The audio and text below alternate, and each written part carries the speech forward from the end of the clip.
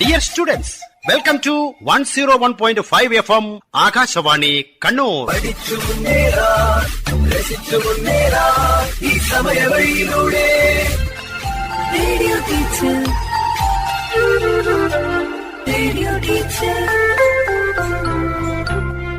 ആശയം ആവിഷ്കാരം PV പ്രശാന്ത് കുമാർ.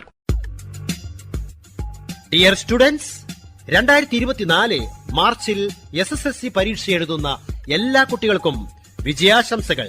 ഉയർന്ന മാർക്കിലേക്ക് ആകാശവാണിയുടെ ഒരു വഴികാട്ടിയാണ് രാത്രി 8 മണിക്കുള്ള റേഡിയോ ടീച്ചർ പ്രക്ഷേപണ പരമ്പര. ശ്രദ്ധയോടെ കേട്ട് പഠിക്കുക. Okay, let us start. Radio teacher, radio teacher.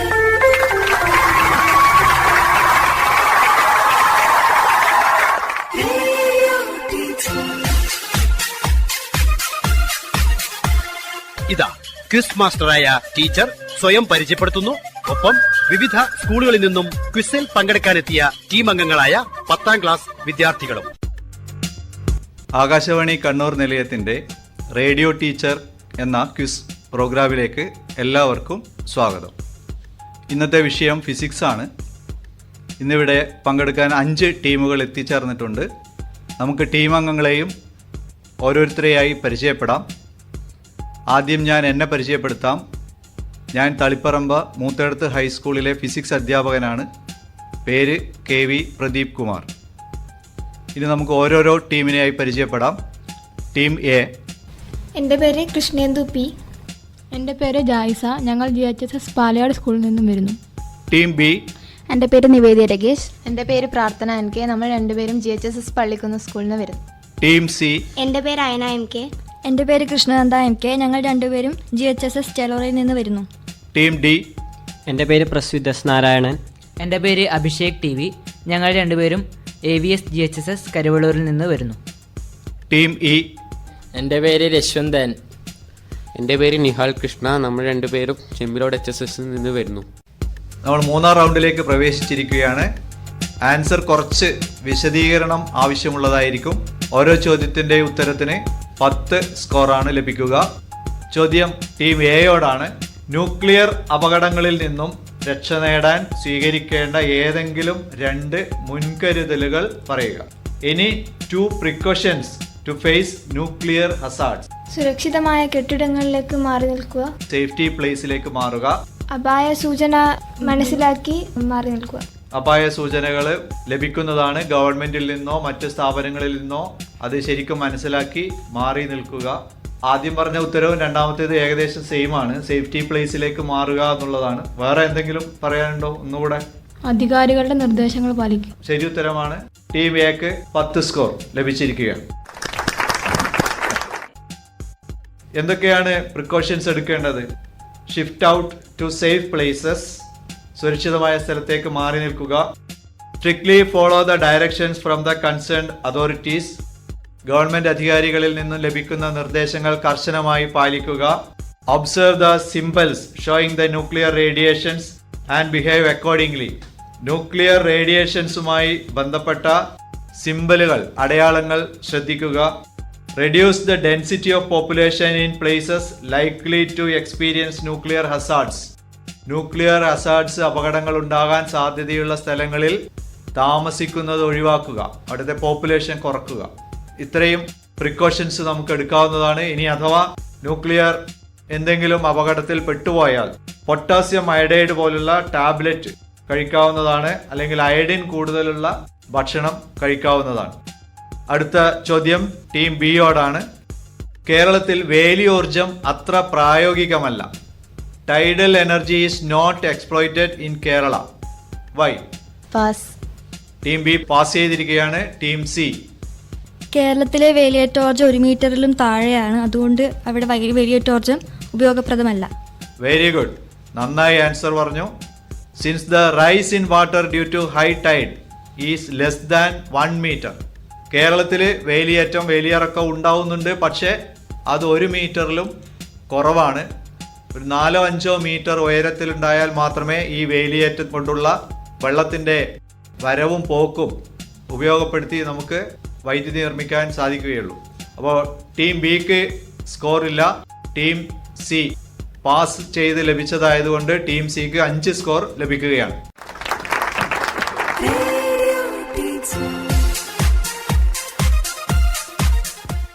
അടുത്ത ചോദ്യം ടീം സിയോട് തന്നെയാണ്. ഒരു നല്ല ഇന്ധനത്തിന് ഉണ്ടായിരിക്കേണ്ട ഏതെങ്കിലും 2 ഗുണങ്ങൾ പറയുക. Any 2 properties that A good fuel must have. എളുപ്പം ലഭ്യമാകണം, ചെലവ് കുറവായിരിക്കണം. എളുപ്പം ലഭ്യമാകണം, ചെലവ് കുറവായിരിക്കണം. ഉത്തരം ശരിയാണ്. ടീം സിക്ക് 10 സ്കോർ ലഭിച്ചിരിക്കുന്നു. ഒരു നല്ല ഇന്ധനത്തിന് ധാരാളം പ്രത്യേകതകൾ, ഗുണങ്ങൾ ഉണ്ട്. ഏതൊക്കെയാണെന്ന് നോക്കാം. ഷുഡ് ബി ഈസിലി അവൈലബിൾ, എളുപ്പം ലഭിക്കുന്നതായിരിക്കണം. ഷുഡ് ബി ലോ കോസ്റ്റ്, ചെലവ് കുറവായിരിക്കണം. Should have high calorific value, നല്ല കലോറിഫിക് വാല്യൂ ഉണ്ടായിരിക്കണം. മിനിമം അറ്റ്മോസ്ഫിയറിക് പൊല്യൂഷൻ, അന്തരീക്ഷ മലിനീകരണം കുറവായിരിക്കണം. ഈസിലി സ്റ്റോറബിൾ ആയിരിക്കണം, അല്ലേ? സ്റ്റോർ ചെയ്യാൻ വേണ്ടിയിട്ട് എളുപ്പം സാധിക്കണം. അതുപോലെ liquid fuel must not evaporate quickly at ordinary temperature, സാധാരണ താപനിലയിൽ എളുപ്പത്തിൽ ബാഷ്പീകരിച്ചു പോകാൻ പാടില്ല. ഇതൊക്കെയാണ് ഒരു നല്ല ഇന്ധനത്തിനുണ്ടായിരിക്കേണ്ട ഗുണങ്ങൾ. ഇതിലിടയിൽ ഞാനൊരു വാക്ക് പറഞ്ഞിട്ടുണ്ട്, കലോറിഫിക് വാല്യൂ. എന്താണ് കലോറിഫിക് വാല്യൂ? ടീം ഡി, ഇത് ചോദ്യമല്ല, ടീം ഡിക്ക് ഉത്തരം പറയാൻ പറ്റുമോ? കലോറിഫിക് വാല്യൂ എന്താണ്? The heat energy liberated by the complete combustion of 1 kilogram of a fuel. 1 kilogram ഇന്ധനം പൂർണ്ണമായും കത്തിയാൽ, ജ്വലിച്ചാൽ എത്ര എനർജി ഉണ്ടാകുമോ ആ അളവ് പറയുന്ന യൂണിറ്റാണ് കലോറിഫിക് വാല്യൂ, അല്ലേ? ഏറ്റവും കലോറിഫിക് വാല്യൂ കൂടിയ ഇന്ധനം ഏതാണ്? ആർക്കാണ് പറയാൻ പറ്റുമോ? ഒന്ന് കൈ. എല്ലാവർക്കും ഉത്തരം അറിയാം. ഹൈഡ്രജനാണ്. ഓക്കെ. അടുത്ത ചോദ്യം ടീം ഡിയോടാണ്. വിസരണവും കണികകളുടെ വലുപ്പവും തമ്മിലുള്ള ബന്ധമെന്ത്? What is the relation between scattering and size of the particle? Size of the particles increases which is greater than the wavelength of the color. The scattering is same for all colors. Wavelength കൂടിയവയ്ക്ക് കുറവ് സ്കാറ്ററിങ്ങും wave length കുറഞ്ഞവയ്ക്ക് കൂടുതൽ സ്കാറ്ററിങ്ങും. Wave length കുറഞ്ഞവയ്ക്ക് കൂടിയ സ്കാറ്ററിങ്ങും. ശരി. Inversely പറഞ്ഞോളൂ.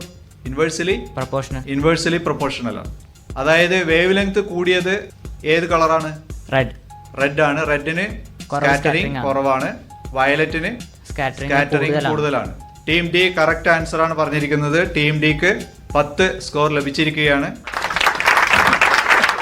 സ്കാറ്ററിംഗുമായി ബന്ധപ്പെട്ട്, വിസരണവുമായി ബന്ധപ്പെട്ട് കഴിഞ്ഞ മുൻ വർഷങ്ങളിൽ എല്ലാം ചോദ്യമുണ്ടായിട്ടുണ്ട് SLC പരീക്ഷയ്ക്ക്.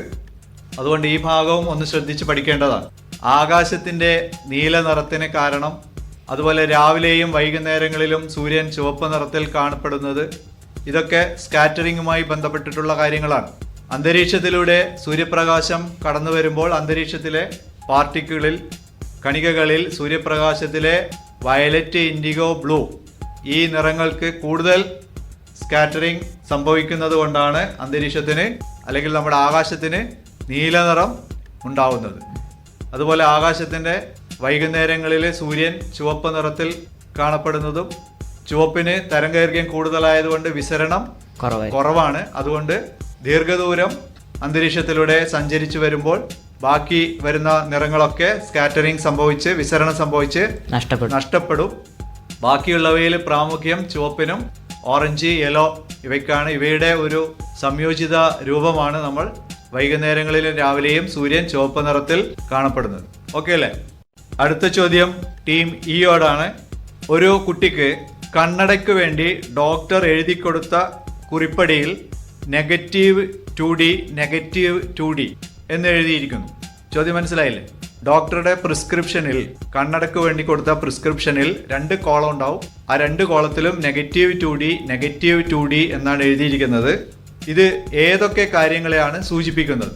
-2D എഴുതിയിരിക്കുന്നത് എന്തിനെയാണ് സൂചിപ്പിക്കുന്നത്? ടീം ഇ പാസ് ചെയ്തിരിക്കുകയാണ്. അതുകൊണ്ട് ടീം ഇക്ക് സ്കോർ ഇല്ല. പാസ് ചെയ്ത് ടീം എയിലേക്കാണ് പോയിരിക്കുന്നത്. ടീം എക്ക് ഉത്തരം പറയാം. ഹ്രസ്വദൃഷ്ടി. -2D എന്നതുകൊണ്ട് എന്തൊക്കെ കാര്യങ്ങൾ മനസ്സിലാക്കാം? നേത്രഗോളത്തിന്റെ വലുപ്പം കൂടുതൽ. ഉത്തരം വ്യക്തമായില്ല. അയാൾക്ക് കോൺകേവ് ദർപ്പണത്തിന്റെ കോൺകേവ് ലെൻസ് ആണ് ഉപയോഗിക്കേണ്ടത്. ഓക്കെ, ഒരു ഉത്തരം ശരിയായി. കോൺകേവ് ലെൻസ് ഉള്ള സ്പെക്ടക്കിൾസ് ആണ് ഉപയോഗിക്കേണ്ടത്. ഒന്നുകൂടി.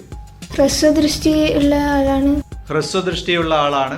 ഹ്രസ്വദൃഷ്ടിക്ക് പരിഹാരമായിട്ടാണ് നമ്മൾ കോൺകേവ് ലെൻസ് കൊടുക്കുന്നത്. ഓക്കെ, ടീം എക്ക് പാസ് ചെയ്ത് ലഭിച്ചതായതുകൊണ്ട് 5 പോയിന്റ് ലഭിച്ചിരിക്കുകയാണ്. ഈ നെഗറ്റീവ് 2D എന്നതുകൊണ്ട് എന്താണ് ഉദ്ദേശിക്കുന്നത്? യെസ്, അതാണ് ലെൻസിന്റെ പവർ ആണ് 2D. 2D എന്ന് പറഞ്ഞാൽ 2 ഡയോപ്റ്റർ. പവറിന്റെ യൂണിറ്റ് ആണ് ഡയോപ്റ്റർ. അതിൽ നെഗറ്റീവ് വരുന്നത് കൊണ്ട് ഉദ്ദേശിക്കുന്നത് എന്താണ്? നെഗറ്റീവ് എന്നത് കോൺകേവ് ലെൻസിനെ സൂചിപ്പിക്കുന്നതാണ്. നെഗറ്റീവ് ഇല്ല, പോസിറ്റീവ് 2D ആണെങ്കിൽ അത് കോൺവെക്സ് ലെൻസ് ആണ്. ഇപ്പൊ നെഗറ്റീവ് 2D എന്നതുകൊണ്ട് നമുക്ക് മനസ്സിലാക്കാവുന്ന കാര്യങ്ങൾ ഇതൊക്കെയാണ്. അതിന്റെ പവർ 2 ഡയോപ്റ്റർ ആണ്. അത് ഒരു കോൺകേവ് ലെൻസ് ആണ്. കോൺകേവ് ലെൻസ് സാധാരണ ഹ്രസ്വദൃഷ്ടി അല്ലെങ്കിൽ മയോപ്പിയ ഉള്ള ആൾക്കാണ് കൊടുക്കുന്നത്. അടുത്ത ചോദ്യം ടീം ഇയോടെ തന്നെയാണ്. ലെൻസ് സമവാക്യം അതുപോലെ ദർപ്പണ സമവാക്യം ഇവ തമ്മിലുള്ള വ്യത്യാസം എന്താണ്? അല്ലെങ്കിൽ what is the difference between lens equation and mirror equation? 2 equation പറഞ്ഞാലും മതി. ലെൻസ് ഇക്വേഷൻ ഏതാണ്? മിറർ ഇക്വേഷൻ ഏതാണ്? Mirror equation F is equal to UV by U plus V. Lens equation F is equal to UV by UV minus V. Mirror equation F is equal to UV by U plus V. Lens equation F is equal to UV by U minus V. Lens ഇക്വേഷനും mirror ഇക്വേഷനും പറഞ്ഞത് ശരിയാണ്. പക്ഷേ equation ആയി പറയുമ്പോൾ അത് 1/F = എന്നുള്ള രീതിയിൽ പറയണം.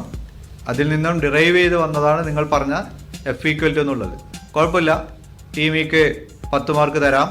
Lens equation 1/F = 1/V minus 1/U ആണ്.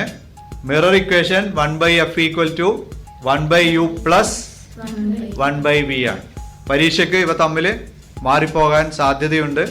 അതുകൊണ്ട് ഇത് നന്നായി പഠിക്കേണ്ടതാണ്. ഇവയുമായി ബന്ധപ്പെട്ടിട്ട് ഈ ലെൻസ് ഇക്വേഷൻ മിറർ ഇക്വേഷനായിട്ടുള്ള പ്രോബ്ലം കഴിഞ്ഞ പല പരീക്ഷയ്ക്കും SLC പരീക്ഷയ്ക്കും 2023, 2022 അതുപോലെ 21 മോഡൽ, 22 മോഡൽ ഒക്കെ ചോദിച്ച ചോദ്യങ്ങളുണ്ട്. അപ്പോൾ ലെൻസ് ഇക്വേഷനും മിറർ ഇക്വേഷനുമായി ബന്ധപ്പെട്ട പ്രോബ്ലം ചെയ്യുന്നത് നന്നായി പഠിക്കേണ്ടതാണ്. ഓക്കെ, അടുത്ത ചോദ്യം ടീം ഡിയോടാണ്. ചോദ്യം ശരിക്കും ശ്രദ്ധിക്കണം. ലെൻസിന്റെ ന്യൂ കാർട്ടീഷ്യൻ ചിഹ്നരീതി പ്രകാരം പ്രതിബിംബത്തിലേക്കുള്ള ദൂരം വിയുടെ ചിഹ്നം എപ്രകാരമായിരിക്കും? Explain the sign of V according to new Cartesian sign convention of lens. Image distance V അത് പോസിറ്റീവ് ആയിരിക്കും. കൂടുതൽ എന്തെങ്കിലും പറയാനുണ്ടോ? ഇല്ല. ചോദ്യം മനസ്സിലായില്ലേ? ടീം ഡിക്കും സിക്കൊക്കെ ചോദ്യം മനസ്സിലായില്ലേ? ടീം ഡി ഉത്തരം പറഞ്ഞത് പൂർണ്ണമായും ശരിയായിട്ടില്ല. അതുകൊണ്ട് ചോദ്യം ടീം സിയിലേക്ക് പാസ് ചെയ്യുകയാണ്. ഒന്നുകൂടെ ചോദ്യം ആവർത്തിക്കാം. ലെൻസിന്റെ ന്യൂ കാർട്ടീഷ്യൻ ചിഹ്നരീതി അറിയാലോ? അത് പ്രകാരം പ്രതിബിംബത്തിലേക്കുള്ള അകലം V അതിന്റെ ചിഹ്നം എപ്രകാരമായിരിക്കും? അല്ലെങ്കിൽ ഏതൊക്കെ തരത്തിൽ വരാം, എപ്പോഴൊക്കെ, എങ്ങനെയൊക്കെ വരാം? മിഥ്യയാകുമ്പോൾ പോസിറ്റീവും യഥാർത്ഥ ആകുമ്പോൾ നെഗറ്റീവും ആണ് വരും. ഒന്നുകൂടെ ആവർത്തിക്കൂ. പ്രതിബിംബത്തിലേക്കുള്ള അകലം എന്ന് പറയുന്നത് മിഥ്യയാകുമ്പോൾ പോസിറ്റീവ്, യഥാർത്ഥ ആകുമ്പോൾ നെഗറ്റീവ്. ഓക്കെ, നമുക്ക് ഈ ഉത്തരം ഒന്ന് പരിശോധിക്കാം. അതിനുശേഷം ശരിയോ തെറ്റോ എന്ന് തീരുമാനിക്കാം. ഏതായാലും ടീം ഡിയും ടീം സി ഉത്തരം പറഞ്ഞു കഴിഞ്ഞു. ചോദിച്ചിരിക്കുന്നത് ലെൻസാണ്. ന്യൂ കാർട്ടീഷ്യൻ ചിഹ്നരീതി പ്രകാരം വസ്തു വെക്കുന്നത് എപ്പോഴും ഇടതുവശത്തായിരിക്കും. ആ ഭാഗത്ത് വരുന്നതൊക്കെ നെഗറ്റീവ് അളവാണ് അല്ലേ? വസ്തുവിന്റെ അതേ ഭാഗത്ത് വരുന്നപ്പോൾ നെഗറ്റീവാണ്. ഓപ്പോസിറ്റ് സൈഡിൽ വരുന്നത് അല്ലെങ്കിൽ വലതുവശത്ത് വരുന്നത് പോസിറ്റീവ് അളവുകളാണ്. ലെൻസിൽ യഥാർത്ഥ പ്രതിബിംബം വരുന്നത് എപ്പോഴും വലതുഭാഗത്തായിരിക്കും അല്ലേ? അപ്പോൾ പ്രതിബിംബത്തിലേക്കുള്ള അകലം റിയൽ ഇമേജ് ആണെങ്കിൽ പോസിറ്റീവും വെർച്വൽ ഇമേജ് ആണെങ്കിൽ നെഗറ്റീവ് ആയിരിക്കും. ഓക്കെ അല്ലേ? അപ്പൊ അതിന്റെ ഉത്തരം കറക്റ്റ് ആയിട്ടുള്ള ഉത്തരം ഇതാണ്. If the image is real V is positive, if the image is virtual V is negative. Okay, അപ്പൊ ഇത് കുറച്ച് മറ്റു ടീമുകൾക്കും ഉത്തരം അറിയാമായിരുന്നു. ആർക്കെങ്കിലും അറിയാമായിരുന്നു അല്ലേ? ഓക്കെ, അത് ടീം ഡിയും ടീം സിയും മുഴുവൻ ശരിയായ ഉത്തരം പറഞ്ഞിട്ടില്ല. അതുകൊണ്ട് ഇവിടെ ആർക്കും സ്കോർ നൽകുന്നില്ല. അടുത്ത ചോദ്യം ടീം സിയോടാണ്. പൂർണ്ണ ആന്തര പ്രതിപതനം സംഭവിക്കണമെങ്കിൽ ഉണ്ടായിരിക്കേണ്ട 2 സാഹചര്യങ്ങൾ. What are the 2 conditions to occur total internal reflection? Total internal reflection അല്ലെങ്കിൽ പൂർണ്ണാന്തര പ്രതിപതനം സംഭവിക്കണമെങ്കിൽ 2 കണ്ടീഷൻ സാറ്റിസ്ഫൈ ചെയ്യണം. ഏതൊക്കെയാണ് അവ? പൂർണ്ണാന്തര പ്രതിപതനത്തിൽ ക്രിട്ടിക്കൽ കോണിനെയും കാട്ടി കൂടിയ അളവിലുള്ള പതനകോണായിരിക്കണം. ഒന്ന്. രണ്ടാമത്തേത്, പ്രകാശിക സാന്ദ്രത കൂടിയ മാധ്യമത്തിൽ നിന്നും കുറഞ്ഞ മാധ്യമത്തിലേക്ക് രശ്മി പതിക്കണം. Very good. 2 പോയിന്റും വളരെ കറക്റ്റ് ആണ്. ടീം സിക്ക് 10 score ലഭിച്ചിരിക്കുകയാണ്.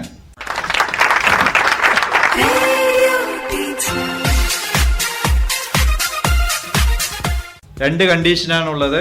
Only if the angle of incidence is more than the critical angle. അതാണ് ഒരു കണ്ടീഷൻ.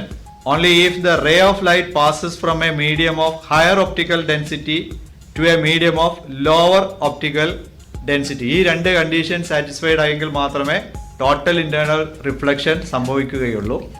പൂർണ്ണാന്തര പ്രതിപതനവുമായി ബന്ധപ്പെട്ട ഈ ആശയം SSLCക്ക് 2023, 2022, 2021, 2020, 2021 മോഡൽ ഇത്രയും പരീക്ഷയ്ക്ക് ചോദിച്ചിട്ടുണ്ട് ഈ ഭാഗത്ത് നിന്ന്. അതുകൊണ്ട് ഈ ഭാഗവും നന്നായി പഠിക്കണം. ഇതേ ചോദ്യങ്ങളല്ല, ഇതുമായി ബന്ധപ്പെട്ട പല രീതിയിലുള്ള ചോദ്യം എപ്പോഴും ഓരോ SSLC പരീക്ഷയ്ക്കും വ്യത്യസ്തമായ രീതിയിലായിരിക്കും ചോദ്യങ്ങൾ ചോദിക്കുക. ചോദ്യം അതുപോലെ ആവർത്തിക്കാറില്ല. പക്ഷേ ഈ ആശയവുമായി ബന്ധപ്പെട്ട് പല പ്രാവശ്യം ചോദിച്ചിട്ടുണ്ട്.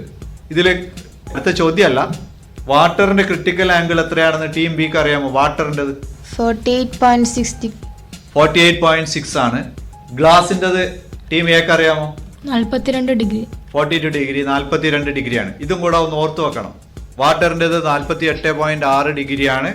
ഗ്ലാസിൻ്റെത് 42 ഡിഗ്രിയാണ്. ഇതും കൂടെ ഓർത്തു വെക്കുക.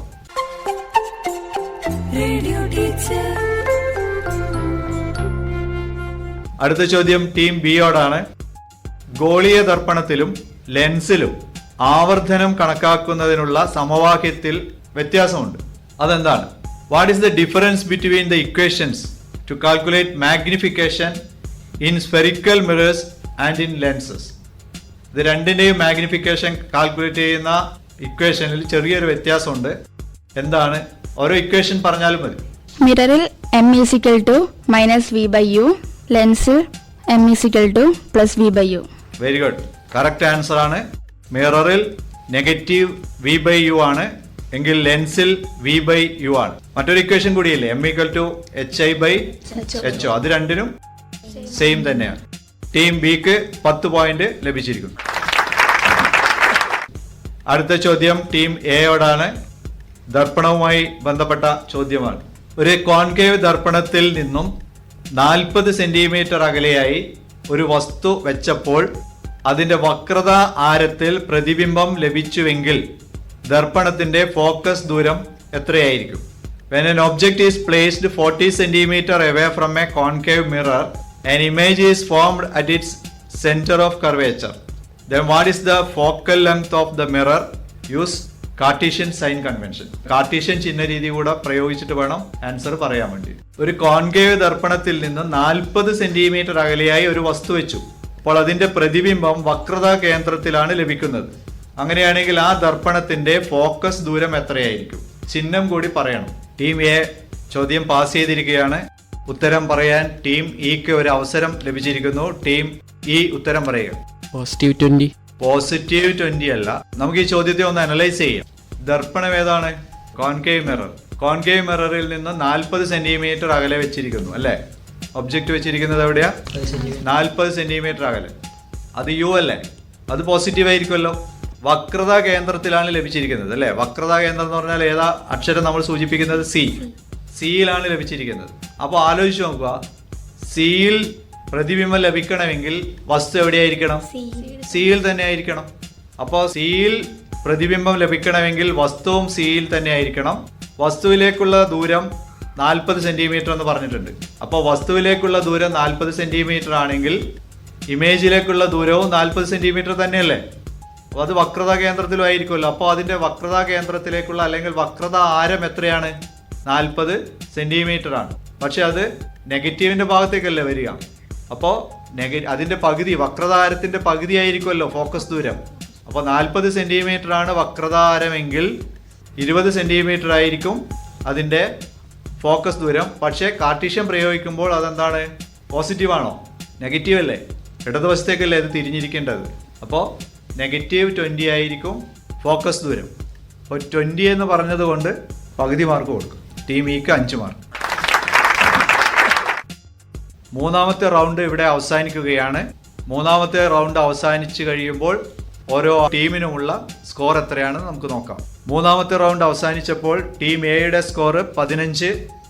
മൂന്നാമത്തെ റൗണ്ടിൽ ടീം ബിക്ക് കിട്ടിയിരിക്കുന്ന സ്കോർ 10, ടീം സിക്ക് കിട്ടിയിരിക്കുന്ന score 25, team D 10, team E 15 score. SSLC പാഠങ്ങൾ ഉൾക്കൊള്ളിച്ച പ്രതിദിന പ്രശ്നോത്തരി തുടരുന്നു. Radio teacher.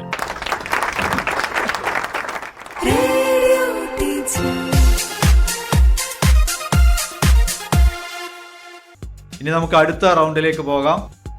നാലാമത്തെ റൗണ്ടിലെ ആദ്യത്തെ ചോദ്യം ടീം എയോടാണ്. ഒരു സമതല ദർപ്പണം രൂപീകരിക്കുന്ന പ്രതിബിംബത്തിന്റെ ഏതെങ്കിലും 2 പ്രത്യേകതകൾ പറയുക. Any 2 features of image formed by a plane mirror. സമതല ദർപ്പണം പ്ലെയിൻ മിറർ രൂപീകരിക്കുന്ന പ്രതിബിംബത്തിന്റെ ഏതെങ്കിലും 2 പ്രത്യേകതകൾ പറഞ്ഞാൽ മതി. യഥാർത്ഥം, പിന്നെ നിവർന്നത്. ചോദ്യം ടീം ബിയിലേക്ക് പാസ് ചെയ്തു പോയിരിക്കുകയാണ്. അതിനുശേഷം ഉത്തരത്തിന്റെ സ്കോർ ഞാൻ പറയാം. ടീം ബി, സമതല ദർപ്പണം രൂപീകരിക്കുന്ന പ്രതിബിംബത്തിന്റെ ഏതെങ്കിലും 2 പ്രത്യേകതകൾ. Any 2 features of image formed by plane mirror. Lateral inversion. Okay. Size of the object is same as size of the image. Size of the image and size of the object are same. Team ബിയുടെ ഉത്തരം 2ഉം ശരിയാണ്. Team A പറഞ്ഞതിൽ ഒരു ഉത്തരം തെറ്റാണ്. അതായത് image real എന്നല്ല പറയുക, യഥാർത്ഥം എന്നല്ല പറഞ്ഞത്. പ്രതിബിംബം യഥാർത്ഥം എന്നല്ല പറഞ്ഞത്. പ്രതിബിംബം യഥാർത്ഥമല്ല, പ്രതിബിംബം മിഥ്യയായിരിക്കും. വെർച്വൽ ഇമേജ് ആണ് ഉണ്ടാവുക. അതുകൊണ്ട് ടീം എക്ക് 5 സ്കോർ നൽകാം. ടീം ബിക്ക് പാസ് ചെയ്ത് ലഭിച്ചതുകൊണ്ട് ഉത്തരം മുഴുവനായും ശരിയായതുകൊണ്ട് 5 സ്കോർ ടീം ബിക്കും ലഭിക്കുന്നതാണ്. പ്ലെയിൻ മിററിന്റെ ഇമേജ് ഫോർമേഷനിൽ ഇമേജിന്റെ സൈസും ഒബ്ജക്റ്റിന്റെ സൈസും സെയിം സൈസ് ആയിരിക്കും. ലാറ്ററൽ ഇൻവേർഷൻ ഉണ്ടാകും. ഈ പ്ലെയിൻ മിററിന്റെ ഇമേജ് ഫോർമേഷനുമായി ബന്ധപ്പെട്ടിട്ട് ഒരു ഫിഗർ ടെക്സ്റ്റിൽ കൊടുത്തിട്ടുണ്ട്. ആ ഫിഗർ ഒന്ന് നോക്കി മനസ്സിലാക്കി വെക്കണം. ഓക്കെ. അടുത്ത ചോദ്യം ടീം ബിയോട് തന്നെ. ഇലക്ട്രിക് ഷോക്ക് ഏറ്റയാൾക്ക് നൽകേണ്ട ഏതെങ്കിലും 2 ഫസ്റ്റ് എയ്ഡുകൾ. Any 2 first aid to be given in the case of electric shock. SLC പരീക്ഷയ്ക്ക് മുൻവർഷങ്ങളിൽ ചോദിച്ചിട്ടുണ്ട് ഈ ചോദ്യം. പറഞ്ഞോളൂ. Artificial റെസ്പിറേഷൻ കൊടുക്കണം. Raise the body temperature by massaging the body. Yes, 2 കാര്യങ്ങൾ പറഞ്ഞു. ആർട്ടിഫിഷ്യൽ റെസ്പിറേഷൻ കൊടുക്കണം. രണ്ടാമത്തേത് ബോഡി ടെമ്പറേച്ചർ മസാജ് ചെയ്തിട്ട് കൂട്ടണം. ഇലക്ട്രിക് ഷോക്കിന്റെ സമയത്ത് ബോഡിയുടെ ടെമ്പറേച്ചർ കുറയും, ശരീരത്തിലെ ടെമ്പറേച്ചർ കുറയും. അങ്ങനെ ശരീരത്തിലെ ടെമ്പറേച്ചർ കുറഞ്ഞാൽ എന്താ സംഭവിക്കുക? ടെമ്പറേച്ചർ കുറഞ്ഞാൽ വിസ്കോസിറ്റി കൂടും. വിസ്കോസിറ്റി കൂടിയാൽ ബ്ലഡിന്റെ ഫ്ലോ കറക്റ്റായിട്ട് നടക്കില്ല, ബ്ലോക്ക് ആവും. അപ്പോൾ അത് ഹാർട്ട് അറ്റാക്കിന് സാധ്യതയുണ്ട്. അതുകൊണ്ട് ബോഡി മസാജ് ചെയ്ത് ചൂട് പിടിപ്പിക്കുക. അതുപോലെ ആർട്ടിഫിഷ്യൽ റെസ്പിറേഷൻ, അങ്ങനെയുള്ള CPR പോലുള്ള ഫസ്റ്റ് എയ്ഡുകൾ നൽകുകയും വേണം. സേഫ് പ്ലേസിലേക്ക് മാറ്റി കിടത്തണം. വൈദ്യുതിയായിട്ട് ബന്ധമുണ്ടെങ്കിൽ അത് വിച്ഛേദിക്കണം, സ്വിച്ച് ഓഫ് ചെയ്യണം. ഇങ്ങനെയുള്ള കാര്യങ്ങളൊക്കെ ശ്രദ്ധിക്കണം. ടീം ബിക്ക് 10 score ലഭിച്ചിരിക്കുകയാണ്.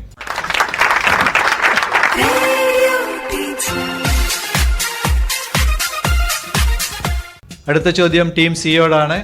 What are the method to reduce transmission loss? പ്രസരണ നഷ്ടം കുറക്കുന്നതിനുള്ള ഏതെങ്കിലും 2 മാർഗങ്ങൾ പറയുക. വോൾട്ടേജ് കൂട്ടിയിട്ട് കറണ്ട് കുറക്കുക. ശരി. രണ്ടാമത്തേത് റെസിസ്റ്റന്റ് കൂട്ടിയിട്ടും കറണ്ട് കുറക്കുക. ഒന്നുകൂടെ പറയൂ. പ്രതിരോധം കൂട്ടിയിട്ട് കറണ്ട് കുറക്കുക, വോൾട്ടേജ് കൂട്ടിയിട്ടും കറണ്ട് കുറക്കുക. അതിൽ ഒന്ന് കറക്റ്റ് ആണ്. ഏതാണ് കറക്റ്റ് എന്നുള്ളത് അടുത്ത ടീമിനോട് ചോദിച്ചതിന് ശേഷം പറയാം. ടീം ഡി പാസ് ചെയ്തിരിക്കുന്നു. വോൾട്ടേജ് കൂട്ടുക, അതേപോലെ തന്നെ ഇൻഡക്ടേഴ്സ് യൂസ് ചെയ്യുക. വേറെ എന്തെങ്കിലും ആൻസർ ഉണ്ടോ? റെസിസ്റ്റൻസ് കുറച്ചാൽ കറണ്ടും കുറയും. ഒന്നുകൂടി വ്യക്തമായിട്ട് പറയൂ. ഇപ്പൊ പറഞ്ഞത് റെസിസ്റ്റൻസ് കുറച്ചാൽ കറണ്ടും അതിൻ്റെ ഒപ്പം തന്നെ കുറയും. അങ്ങനെ ഒരു ചാൻസ്. ഓക്കെ. ഇതില് ടീം സി പറഞ്ഞ ഒരു പോയിന്റ് ശരിയാണ്. അതേ പോയിന്റ് തന്നെയാണ് ടീം ഡിയും പറഞ്ഞത്. രണ്ടാമത്തെ പോയിന്റ് അത്ര വ്യക്തമല്ല. അതുകൊണ്ട് ടീം സിക്ക് പകുതി മാർക്ക്, 5 മാർക്ക് ലഭിക്കും. ടീം ഡിക്ക് സ്കോർ ഒന്നും ലഭിക്കില്ല. കാരണം വോൾട്ടേജ് ഇൻക്രീസ് ചെയ്യുക, കറണ്ട് കുറക്കുക എന്ന് പറഞ്ഞത് കറക്റ്റ് ആൻസർ ആണ്. രണ്ടാമത്തേത് റെസിസ്റ്റൻസ് കൂട്ടുകയല്ല വേണ്ടത്, റെസിസ്റ്റൻസ് കുറക്കുകയാണ് വേണ്ടത്. റെസിസ്റ്റൻസ് ഡിക്രീസ് ചെയ്യുക. അതിനു വേണ്ടിയിട്ടാണ് നമ്മൾ ഏറ്റവും ലോ റെസിസ്റ്റൻസിലുള്ള അലുമിനിയം പോലുള്ള വയേഴ്സ് നമ്മൾ ട്രാൻസ്മിഷന് വേണ്ടിയിട്ട് ഉപയോഗിക്കുന്നത്. അതിലും റെസിസ്റ്റൻസ് കുറഞ്ഞ വയറുകളുണ്ട്, സിൽവർ ഉണ്ട്, ഗോൾഡ് ഉണ്ട്. പക്ഷെ അതൊക്കെ ചിലവ് കൂടുതലായതുകൊണ്ട് നമ്മൾ അലൂമിനിയമാണ് ഉപയോഗിക്കുന്നത്, റെസിസ്റ്റൻസ് കുറഞ്ഞത്. അപ്പോൾ വോൾട്ടേജ് ഇൻക്രീസ് ചെയ്യുമ്പോൾ അത് ഏകദേശം 400 kV അല്ലെങ്കിൽ 220 kV വരെയൊക്കെ കൂട്ടാറുണ്ട്. അപ്പോൾ കറണ്ട് കുറയും. അപ്പോൾ ഈ രണ്ട് കാര്യങ്ങളാണ്. അതുകൊണ്ട് ടീം സിക്ക് 5 സ്കോർ ലഭിച്ചു, ടീം ഡിക്ക് ഇതിൽ പ്രത്യേകം സ്കോർ ഇല്ല.